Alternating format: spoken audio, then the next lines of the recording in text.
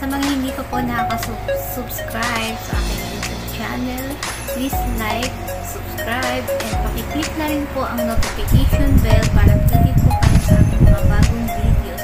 Please watch this video. So, ayan guys, for today's video, nagluto ako ng ginisang sardinas na hinaluan ko siya ng Chinese pichay guys. Ayan, yummy! Try nyo rin to guys sa inyong mga bahay na ulam nyo pananghalian o panghapunan. Napakasarap guys. So, watch nyo ang aking video. Hi everyone! Welcome back to my YouTube channel for today's video. Eto guys, magluluto ako ng sardinas. Hahaluan ko siya ng pichay guys. Ayan, ito, ligo. Gigisa ko siya. Ito ang aking mga halo. Ayan, sibuyas, bawang lang. And then, ito yung Chinese pichay guys. Ayan. So, magluluto ako ngayon. Ito ang aking video na i-share sa inyo. Ayan guys, panoorin nyo po ang aking video. Sa mga hindi pa po nakaka-subscribe sa aking YouTube channel, please like and comment na rin po and subscribe and don't skip ads para tulong nyo na po sa akin. So watch nyo po ang video ito guys. Tara, magluto na tayo. Ayan, akin pong bubuhayin na ang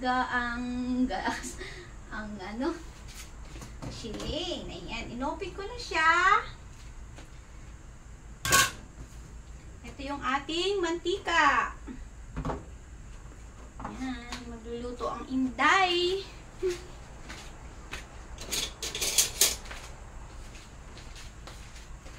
Ganyan lang ang buhay ng OFW guys. Hindi tayo pwedeng mag-ulam ng masarap dahil kailangan nating magtipid. Kaya eto guys, ang inday nyo nagtitipid. Kahapon ang ulam ko guys ay munggong ginisa. Hinaluan ko lang siya ng konting karning baboy. Yun, ulam ko siya in 3 days. Kahapon lang siya naubos kagabi. Kaya ngayon, magluluto na ulit ako. Kasi kanina umaga, ang inalmusal ko naman ay quaker oat na hinaluan ko lang siya ng konting gatas. Tapos, yun nga broccoli na salad. Yun ang aking breakfast kanina. So, ito naman ang aking lunch, guys. Ito ang aking uulamin nga. Ang ginisang sardinas na may pechay. Yan, guys. Lagyan natin ng mantika.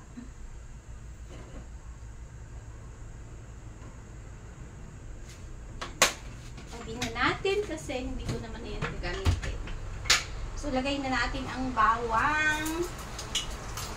And then, sibuyas. Hindi ko bubuhayin yung exhaust fan guys kasi hindi nyo maririnig ang aking boses kapag binuhay ko. Okay lang, wala naman akong damit na nakasampay. Kahit mga mun. Kay Lola yan eh. Ayan. Ako, makasakay ako ito. Ang bawang kasi madaling maluto eh. Madaling masunog guys. Yung iba inuuna ay sibuyas bago yung bawang. Kasi nga ang bawang madaling masunog. Ayan, masunog na siya. Ang bango! Ang bango siya guys.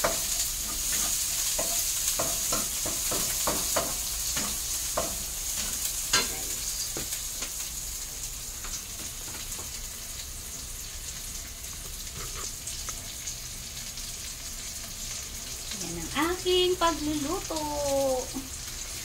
Hi everyone! Again! Maraming salamat sa mga hindi nagsasawang manood po ng aking mga video. Lagay na natin ang sardinas. Ayan, mamimitik na to. Ay, ayaw lumabas. Ayaw lumabas.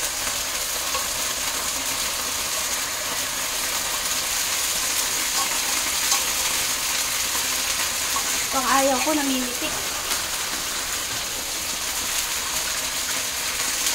Lagyan natin ng water. Kasi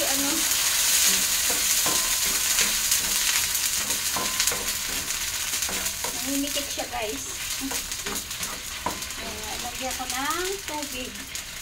Lagyan pa natin ng para gusto ko yung may siya guys. May sabaw.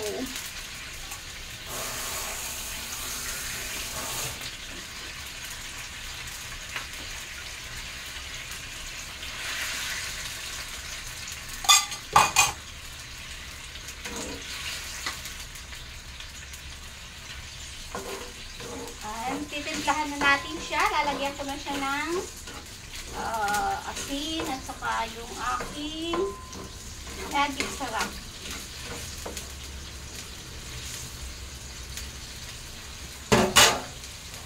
Dagdagan ko pa ng sabaw guys. Kasi para gusto ko kasi may sabaw eh.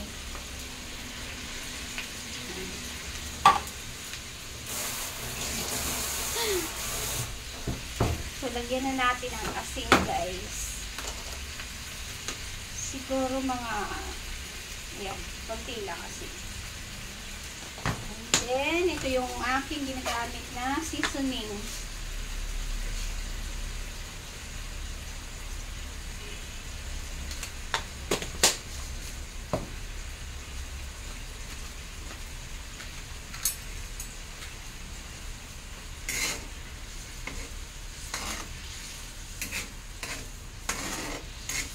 Yung iba guys, pag nagluluto ng ginisang sardinas, nilalagyan nila ng suka.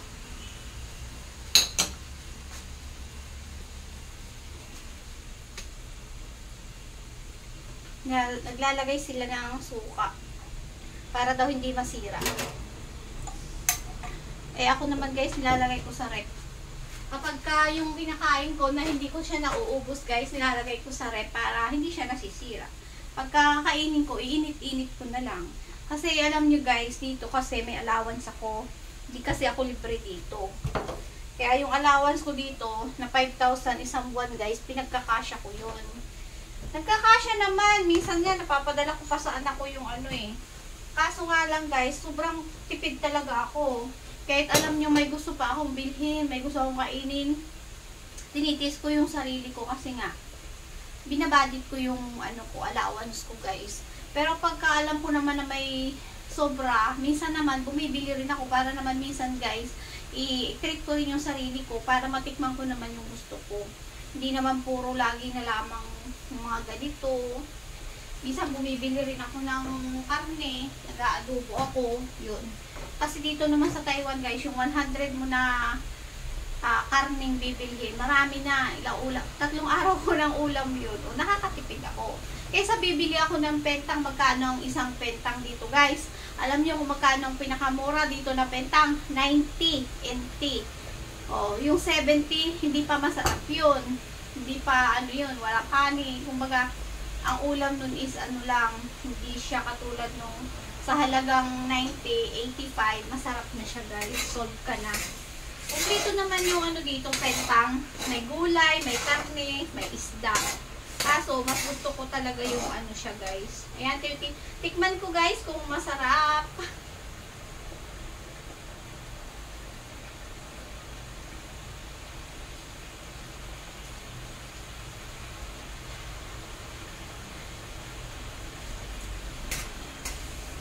Tama lang yung timpla ko yung nilagay ko guys. So, lagay na natin itong pechay. Yan, may ulam na si Inday. Yung kanin ko, niluluto ko na mamaya. Luto na yun siya sa rice cooker. Palambutin lang natin yung gulay.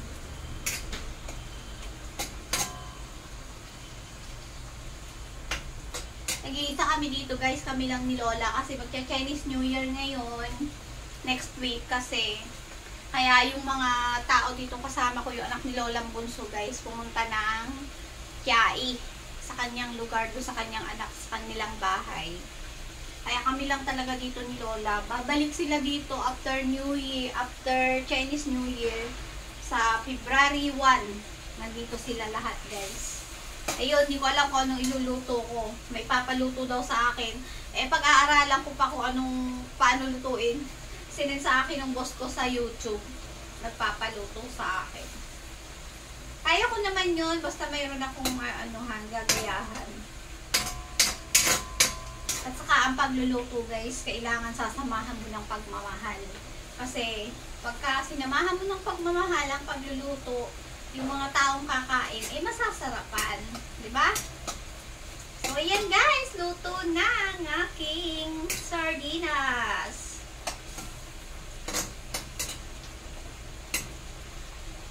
Ang pechay dito guys, masarap. Hindi siya mapait. Sa atin kasi sa Pilipinas, yung pechay sa atin, lalo na yung malalaki, maano siya guys, medyo mapait.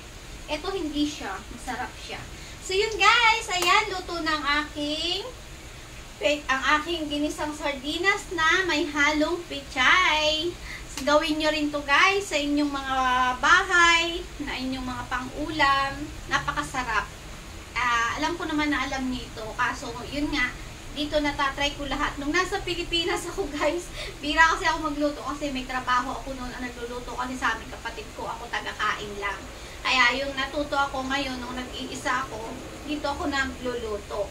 Kaya yung mga hindi ko pa dating naluto, ngayon ko lang naluluto, tulad ng mga ginisang munggo, ginisang sardinas, ginisang mga ano, yan, mga sinigang, yan. Ngayon lang ako nakakapagluto guys. So yun guys, sana may natutunan kayo at nagustuhan nyo ang video ito. Sa mga hindi pa po nakaka-subscribe sa aking YouTube channel, please subscribe and don't forget to click the notification bell para updated kayo sa aking mga bagong videos. Maraming salamat sa inyong mga walang sawang panunood sa aking mga video. At sana'y lagi niyong suportahan ang aking mga video guys. And don't skip ads para tulong niyo na po sa akin. So yun guys, ayan na ang aking luto. Ayan. Oo, di ba? Maya-maya malambot na siya guys. Hahanguin ko na kasi ayaw kong maigal. Gusto ko naman siya yung may sabaw. So, yun guys. See you on my next video. Thank you and God bless. Bye-bye. Thank you for watching. Bye. See you on my next vlog. Love you guys. Bye. Ayan, eto na guys. Ang aking luto. Ready to serve. Kain tayo. Ito ang aking lunch for today's. Ayan guys. Bye. See you on my next vlog. So, ayan. Ito na yung aking niluto, guys. Kain tayo. Tikman ko ang aking luto. Siguradong mapaparami na naman ang kanin ko nito, guys. Sira ang aking diet. Alam niyo guys, sa totoo lang, mas masarap akong kumain pag mga ganito yung ulam. Kaysa yung mga, may mga putahe na dito, guys, sa Taiwan. Mas gusto ko yung mga simpleng luto ng Pinoy, yung mga ganitong luto guys, mas magana akong kumain.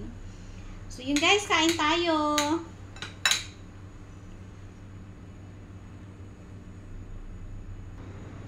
Ayan, kain na tayo.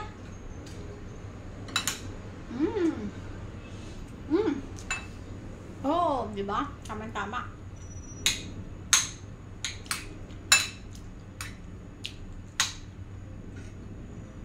Tama-tama yung timpla ko guys, hindi siya maalat, hindi siya Yan yun.